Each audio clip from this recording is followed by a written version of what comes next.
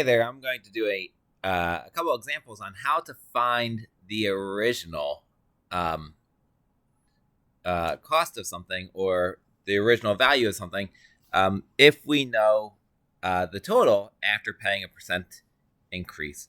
So, for example, the other day I lost my calculator, and I'm sure everyone's happy to know I found it. The calculator has been found. However, um, I was looking at the Staples website, and I realized that if I wanted to replace it, it was going to cost me $172.79 after paying 8% sales tax. So I want to know, um, how much does it cost before tax? Um, and so what happened was I was thinking about this, and I was like, well, how would I do that? And what I know is this: it cost $172.79 after I pay the cost plus the tax. Well, the cost is 100% and the tax is 8%. So what that tells me is 180%, 108% of the cost is the total, which is 172.79. So what I'm going to do is this.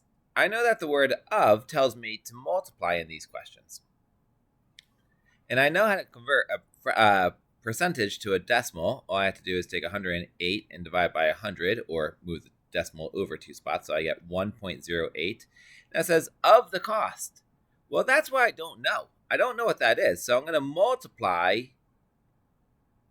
times x. So I'm going to say 1.08x equals $172.79. Well, I don't want 1.08x. I just want x. So I'm going to divide both sides by 1.08, 1/800ths. And when I do that, I'm going to be left with x equals, and now on my real calculator, it was 172.79 divided by 1.08, and I get $159.99. Now, it's always important to check, does that answer make sense? Yeah, it does make sense, because 159.99 is a little bit less than 172.79. If I was going to add on 8%, that should get me to 172.79. And if I wanted to, what I could do is I could take 172.79 and I could subtract 159.99. If I did that, I'd find out that my tax was $12.80. And if I do 159.99 times 8%, or 8/10, I'll get $12.80. So we're going to take a look at a second example, and this one might be helpful as well. And once again, if you're watching this and you're not really sure what I'm doing, pause it and then go back and take a look. You might benefit from pausing it and rewinding and trying the question on your own. It says, I was doing some push-ups before I go to bed. It helps keep me in shape when I'm doing math problems. So last night I did 36 push-ups, so that's my total. I did 36 push-ups before I went to bed last night. Now it says this is 20% more than I did the night before. So the night before, and then I did 20% more. Well, how many did I do the night? Well, 20% more of what? We're not really sure, but I did 100% plus 20% will be equal to 36. So once again, I'm going to get 120% of how much? We don't know. We do know that the total is 36. So once again, I'm going to convert that to a decimal. Of means to multiply. Of what? Well, we don't know, so we'll call that x.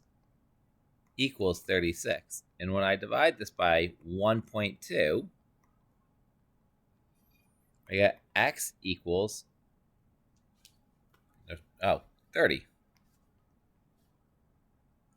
Now, once again, let's see if that makes sense. If I did 30 push-ups, yeah, that sounds about right. And if I did 20% of 30, what's 20% of 30? Well, 20% of 30 is 6. So sure enough, if I did 20% more, I did 6 more, which would be 36. And let me, oh, goodness me. Well, that went totally awry. I was just trying to erase this 6 because it looks like an 8. So that makes sense. So what I want you to understand is if you're given the total, if we're not sure what it is, if we do know what it is, you might have to multiply the percent times the original, which we don't know. And that's what becomes your variable. All right. I hope this helps.